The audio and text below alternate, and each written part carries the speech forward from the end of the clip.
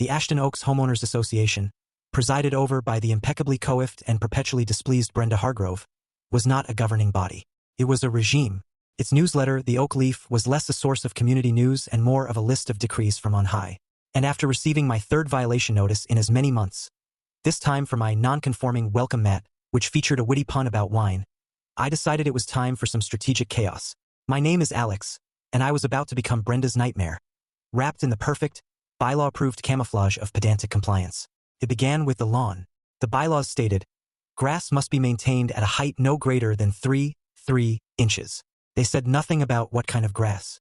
A weekend spent digging up my pristine Kentucky bluegrass and replanting it with a vibrant, slow-growing, and utterly ridiculous-looking fescue mix that included purple and green stripes turned my lawn into a living barber pole. Brenda's car slowed to a crawl every time she passed. I'd wave from my porch holding a copy of the bylaws. Next was the fence. Regulation stated a durable, painted or stained wood or vinyl fence, no higher than 6 feet.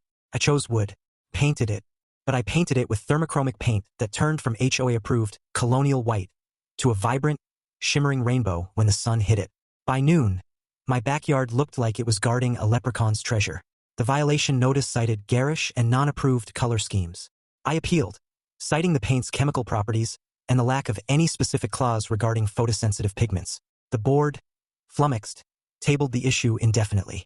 My magnum opus, however, was the garden gnome.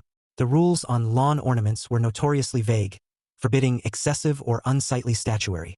I started with 1. A single, solemn gnome, purchased from a boutique garden store. The next day 2 appeared, then 4, then 8. Each morning, a new, identical battalion of gnomes would materialize, arranged in increasingly complex formations. They weren't excessive. They were a controlled, daily art installation. Brenda finally snapped. She marched onto my property, her face a thundercloud. "This is an infestation, Mr. Carter. This is unsightly." I smiled, pulling out my phone. "Brenda, according to Section 4, Paragraph B, an infestation implies a lack of control. I have a purchase receipt for exactly 127 gnomes. This is a curated collection. Would you like the spreadsheet?" Her eye twitched. The power wasn't in breaking the rules. It was in knowing them better than she did, in using their rigid language as my playground. I haven't received a violation notice since. The gnomes now stand at a permanent 128. A silent ceramic army guarding my right to a weird welcome mat. Brenda still drives by, but now she just shakes her head and speeds up. Sometimes the craziest thing you can do is simply play the game, but by your own wonderfully absurd rules.